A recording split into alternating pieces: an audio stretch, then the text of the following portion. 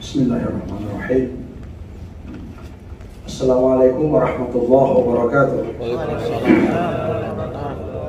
Alhamdulillah alladzi bi ni'matihi tatimmu shalihat wa bi fadlihi tatanazzalu al-khairat wal barakat wa bi tawfiqihi tatahaqqaqu al-maqasid wal ghayat. Wassalatu wassalamu ala asyrafil anbiya'i wal mursalin sayyidina Muhammadin wa ala alihi wa sahbihi ajma'in. Hasbunallah wa ni'mal wakil wa la hawla wa la quwwata illa billahil aliyyil azim. Yang saya hormati abang saya, mentor saya yang sangat saya banggakan, Bapak Profesor Dr. Kiai Haji Nasruddin Umar. Yang saya hormati guru saya, Bapak Profesor Dr. Kiai Haji Najamuddin. Yang saya hormati senior saya Pak Kiai Muhyiddin, semua guru-guru saya yang ada di sini. Saya dari awal tadi merasa risih sesungguhnya. Merasa risih pertama karena saya duduk di depan. Yang kedua, nama saya selalu disebut setelah Prof. Nasar, padahal dari sisi hierarki senioritas dan genealogi saya sesungguhnya levelnya menengah ke bawah lah, kira-kira begitu ya. Saya dikasih waktu berapa lama, Pak? Berapa? 15 sampai 20 ya. Baik. Bapak Ibu yang saya hormati, As-Adiyah ini kan sebuah pesantren yang salah satu di antara pesantren besar di Indonesia ya. Dan kita ketahui bahwa sesungguhnya proses pendidikan di pesantren itu adalah sebuah proses transformasi personal untuk setiap orang bisa mencapai versi terbaiknya. Jadi santri-santri yang ada di situ di pesantren dan di semua pesantren seharusnya bertujuan untuk mentransformasi persona atau individu setiap santri untuk mencapai versi terbaiknya. Nah, di As-Adiyah ini kita bersyukur karena ada beberapa hal saya kira yang saya ingin sedikit meng-highlight. Saya masih terkesan sekali sistem pendidikan kita di pesantren dulu. Saya angkatan 90, selesai 89 ya, 90 masuk kampus ya. Bisa 6 tahun, 5 tahun di As-Adiyah dari 84 sampai 89. Jadi pertama dari sisi pendidikan ya. Jadi yang saya maksud transformasi personal untuk mendapatkan versi terbaik itu setidaknya ada beberapa hal yang di As-Adiyah itu diberikan dengan sangat bagus. Pertama dari sisi pendidikan, yang kedua akhlak, dan yang ketiga kinerja. Pertama pendidikan. Kalau dari sisi pendidikan saya kira kita terkesan, saya sangat impresif dengan Asadia, dengan ilmu yang kita pelajari, dengan kajian turas yang cukup serius ya. Saya kira tidak kalah dengan pesantren-pesantren yang ada di Indonesia. Kira-kira pengalaman saya begini, saya waktu dulu selesai di S1 di Makassar, di Alauddin, saya mengikuti pembibitan dosen di Jakarta. Saya bertemu dengan santri-santri terbaik seluruh Indonesia, karena waktu itu kebetulan diseleksi secara nasional dan dipilih alumni-alumni UIN IAIN se-Indonesia yang terbaik lah kira-kira waktu itu. Saya mengikuti pembibitan di Jakarta. Saya merasa background akademik saya tidak kalah dengan yang lain. Ya, kalau boleh merasakan ya, kalau boleh memulai dari sisi bahasa Arab, dari sisi pengalaman membaca kitab dengan pesantren yang lain, saya merasa tidak kalah. Jadi itu mungkin impresi saya pertama bahwa kalau boleh saya membanggakan bahwa saya merasa bangga sebagai alumni Asadia. Jadi dari sisi ilmu pengetahuan, saya kira Asadia is okay lah, bagus ya. Meskipun banyak hal yang tentu perlu dikembangkan, termasuk bahasa tadi disampaikan ya. Bahasa Inggris sekarang dengan begitu banyaknya medium yang bisa diakses oleh anak-anak kita, saya berasumsi bahwa Asadia sekarang pasti telah mengalami transformasi juga dalam bidang akademik, khususnya baik dari sisi bahasa maupun kajian-kajian turas yang lain. Jadi karakteristik feature dari setiap pesantren yang harus di-maintain oleh pesantren Asadia adalah termasuk bahasa dan turas tadi. Kajian turas ini memang karakternya pesantren ya, jadi ini tidak bisa ditinggalkan, harus diintensifkan, harus dikuatkan, dan bahkan harus menjadi kekuatan Asadia yang membedakannya, yang menjadikannya distintif dari pesantren-pesantren yang lain. Jadi kalau bicara tentang turas khazanah intelektual klasik, saya kira Asadia tidak boleh nomor 2 di Sulawesi Selatan ya, bahkan secara nasional harus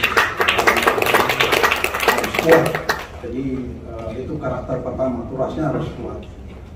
Saya kira kita melestarikan apa yang sudah selama ini dikembangkan oleh teman-teman di Asadia, oleh guru-guru kita, tinggal di-maintain saya kira. Jadi catatan saya yang pertama. Yang kedua bahasa tadi, bahasa saya sih tidak meragukan, karena sekarang ini instrumen begitu banyak sekali yang bisa dimanfaatkan oleh anak-anak kita.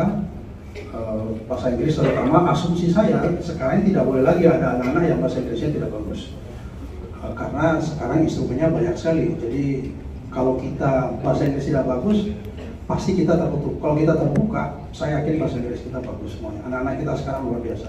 Tidak perlu kita ajar, kita kasih uang saja, kita kasih fasilitas, mereka sudah bagus, karena instrumen untuk belajar itu mediumnya sangat banyak sekali. Saya kira saya belum memantau atau mendapat informasi teman terakhir ya Asadia, tapi asumsi saya sekarang pasti lebih bagus daripada zaman saya dulu untuk bahasa Inggrisnya. Jadi dari sisi pengembangan akademik, sekali lagi pengajian turas dan dengan segala atau diversifikasi kegiatan atau aktivitas yang dilakukan harus betul-betul dimantapkan. Yang kedua, saya kira juga yang menjadi karakteristik feature dari pesantren Asadia itu adalah karakter dan akhlak. Jadi kalau saya sering begini, di beberapa kesempatan, di beberapa event, saya juga sering dipanggil kiai, dan saya agak sedikit merasa tidak nyaman, karena bagi saya kiai itu atau alim ulama itu ada 3 hal yang harus dimiliki, at least 3 poin. Pertama, ilmunya luas, ilmunya dalam. Yang kedua, akhlaknya baik. Akhlaknya baik, tulus, ikhlas, dan melakukan amal-amal yang bermanfaat untuk kemanusiaan. Khairun nas anfa'uhum linnas. Jadi di pesantren ini saya kira moralitas, akhlak yang selama ini kita sudah jaga, kita sudah rawat dengan baik, juga tetap harus menjadi karakteristik feature dari pesantren kita.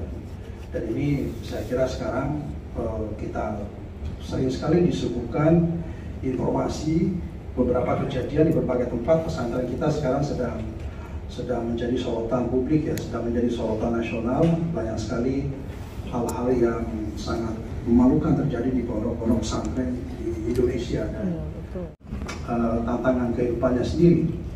Karena orang bijak mengatakan bahwa tantangan terbesar kita itu sebetulnya dalam menghadapi diri sendiri, melawan diri kita sendiri. Ketika kita malas, maka itu berarti kita gagal melawan diri kita. Kita ingin bekerja tapi kita malas. Kita gagal melawan diri kita. Kita ingin menulis, kita malas, berarti kita gagal melawan diri kita. Jadi musuh terbesar kita dalam hidup ini sebenarnya diri kita sendiri.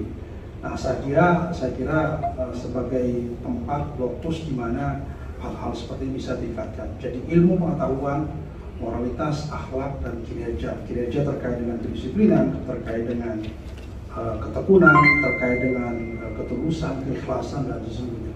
Ini juga menurut saya perlu menjadi perhatian semua pihak, ya, termasuk semua pesantren dan Asatidz khususnya, tentang ketulusan, keikhlasan ini. Saya merasa dulu kalau kita mendengarkan ceramahnya Andre Gurupta, ya, saya waktu di Asatidz itu generasi yang mengajar saya itu generasinya Gurupta Abu Nawas, Gurupta Ilyas, Gurupta Ali Pawelangi, Gurupta Hasan, Gurupta Gani, Gurupta Syuaib, ya, termasuk Pak Yunus, Gurupta Yunus, Gurupta Yunus Martan saya sudah nggak dapat, ya, Gurupta Abdullah Martan saya sudah tidak dapat lagi. Saya masih sering mendengarkan di radio, tapi tidak lagi pernah dihadapi di kelas.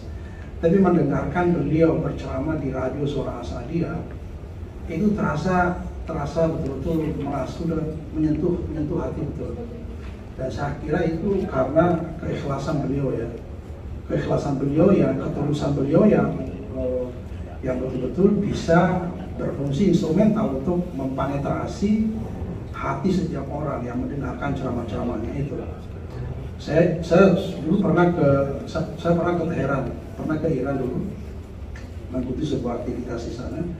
Saya menyaksikan Ali Khamenei, pengganti Ayatullah Khomeini, berceramah di hadapan anak-anak muda orang Iran, bahkan dengan anak-anak muda dunia. Jadi ada pertemuan pemuda Islam dunia waktu itu di Teheran, ceramah Ali Khamenei. Pada saat beliau ceramah, itu yang mendengarkannya itu menangis. Isi yang disampaikannya tidak ada yang baru, sesuatu yang biasa-biasa saja, tetapi bisa sampai menyentuh, bisa sampai menggugah, dan bisa sampai nyambung, konektif dengan hati para pendengarnya. Dan saya kira itu karena keikhlasan dan ketulusannya, ya. Dan kita mendengarkan guru-guru kita dulu juga mengajar seperti itu. Kalau kita mendengarkan Gurupta Yunus Martan, guru-guru kita yang lain juga luar biasa. Dan mungkin ini saya kira, saya nggak tahu, saya tidak bermaksud menggurui atau merasa lebih paham, tetapi just to take a note bahwa ini sesuatu yang tidak kalah pentingnya untuk diinstal, dan itu harus kita jaga, kita rawat di pondok pesantren kita. Jadi terkait dengan pendidikan tadi, ya, jadi ilmu, akhlak, dan kinerja tadi, kemudian ketulusan dan keikhlasan. Kemudian terkait dengan dakwah, ya, ini juga kalau boleh sedikit men-touch isu ini, karena isu ini juga sangat penting. Kita memang sekarang saatnya juga sudah betul berpikir bahwa kita ini harus menjadi bagian civil society yang harus terus berkontribusi untuk memajukan bangsa ini. Jadi saya sudah menyampaikan tentang pendidikan tadi. Sekali lagi saya hanya memberi semacam masukan saja mungkin untuk nanti kita coba lihat sejauh mana kita bisa melakukan langkah-langkah kreatif, inovatif. Yang kedua tentang dakwah. Sekarang ini Bapak Ibu yang saya hormati, ada hasil survei yang ingin saya sampaikan kepada kita semua. Ternyata kalau kita bicara tentang wacana keagamaan di media sosial sekarang ini sesuatu yang betul-betul harus menjadi perhatian kita. Indonesia secara demografi, kalau kita lihat sekarang, penduduk Indonesia 52% itu adalah generasi milenial dan generasi Z. Mereka yang lahir tahun 80 ya sampai 80 sampai 96 itu generasi milenial. Jumlahnya 25% penduduk Indonesia. Yang lahir tahun 97 sampai 2012 itu generasi Z, jumlahnya 27% penduduk Indonesia. Artinya ada 52% penduduk Indonesia sekarang adalah generasi milenial, generasi Z yang sangat digitally literate. Jadi mereka pola komunikasinya untuk bisa menyasar mereka itu harus secara melalui media digital. Jadi pertarungan terbesar yang sedang kita hadapi sekarang dalam dunia dakwah sesungguhnya adalah bukan di dunia nyata, tapi di dunia maya.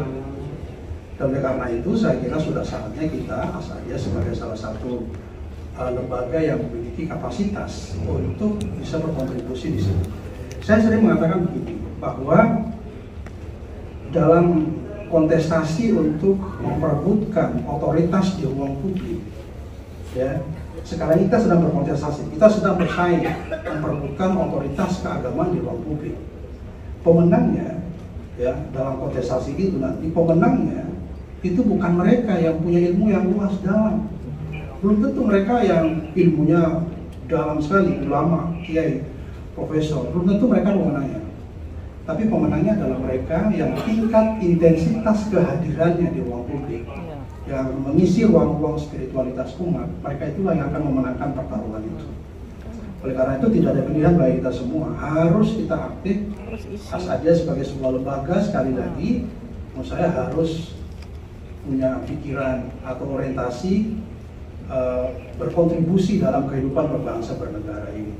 Kita harus memposisikan diri bahwa kita ini adalah sebuah lembaga yang besar, yang punya otoritas, punya resources, punya sumber daya manusia yang sangat luar biasa, harus kita kapitalisasi secara maksimal. Tidak bisa lagi kekuatan kita fragmented selama ini, terpencar-pencar, tidak. Nah, kalau itu bisa dikapitalisasi, disinergikan, mungkin akan menjadi sebuah kekuatan dahsyat yang memang bisa berkontribusi dalam berbangsa bernegara ini. Jadi itu yang dalam konteks dakwah ya. Nah, kebetulan di Kementerian Agama, di Bimas Islam itu kita punya Prof. Nasar mantan Dirjen Bimas Islam pertama. Saya penggantinya, jadi saya pengganti Prof. Nasar. Nah, sekarang di Bimas Islam itu tantangan kita luar biasa, Pak. Karena begini sekarang. Ya tadi itu. Pertama, tantangan kita adalah menghadapi anak-anak milenial, menghadapi anak-anak muda milenial, generasi Z yang sangat rasional, yang sangat pragmatis kadang-kadang, yang sangat progresif, yang sangat modern, sangat maju, dan mereka memiliki informasi yang sangat dahsyat sekali. Kalau kita menjelaskan agama ini secara konvensional, secara tradisional, tidak mampu menarasikannya, mengartikulasikannya sesuai dengan kebutuhan, sesuai dengan kapasitas dan keinginan mereka, maka agama menjadi tidak menarik. Agama menjadi marginalized, ya, agama menjadi terpinggirkan, agama menjadi tidak menarik bagi mereka. Yang kedua, itu masyarakat menengah atas. Jadi memang sasaran target dakwah kita, saya kira kita tentu tetap harus menjaga, mempertahankan apa yang sudah ada, mentarget masyarakat bawah. Tapi sekarang saya kira sudah saatnya kita juga berpikir untuk mentarget kelas menengah atas. Menengah atas dan milenial, anak muda menengah atas, terus ya di bawah. Itu harus kita target dan kita harus punya desain-desain khusus untuk itu. Nah, kami di Bimas Islam sedang melakukan itu sesungguhnya. Dengan 50.000 penyuluh yang ada di Kementerian Agama di seluruh Indonesia, dengan dai-dai yang kita bina, kami punya apa yang disebut dengan Majelis Dai Kebangsaan. Prof. Nasar sebagai salah seorang pembina. Kebetulan saya diangkat sebagai Ketua Umum Majelis Dai Kebangsaan itu. Kita sekarang sedang sedang melakukan komunikasi intensif dari berbagai pihak, membuat sebuah desain untuk melakukan langkah-langkah realistis melihat konteks Indonesia yang sekarang ini sangat luar biasa. Jadi kemajuan teknologi informasi, kemudian globalisasi yang mengharuskan kita semua harus bertransformasi, harus berubah, ya, harus terus bertransformasi sampai kita menemukan versi diri kita yang terbaik. Gitu. Kira-kira begitu. Itu kan definisi pendidikan kan sebenarnya begitu. Definisi education is not only a transfer of knowledge, ya.